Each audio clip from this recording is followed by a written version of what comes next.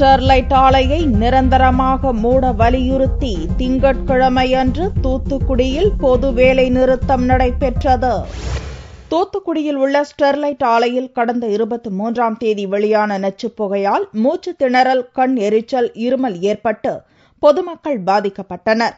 இந்நிலையில் மாசு கட்டுப்பாட்டு வாரிய உத்தரவுப்படி ஏப்ரல் 30ஆம் தேதி ஸ்டெர்லைட் ஆலை மூடப்பட்டது.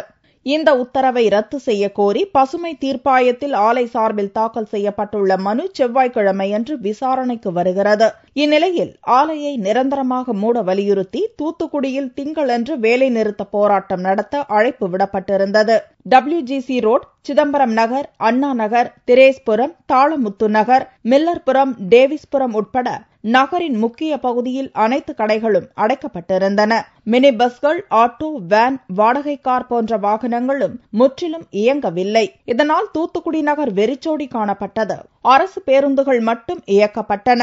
வேலை நிறுத்த போராட்டத்தால் பொதுமக்களின் இயல்பு வாழ்க்கை பாதிக்கப்பட்டது. போராட்டத்தை முன்னிட்டு போலீசார் பாதுகாப்பு பலப்படுத்தப்பட்டிருந்தது.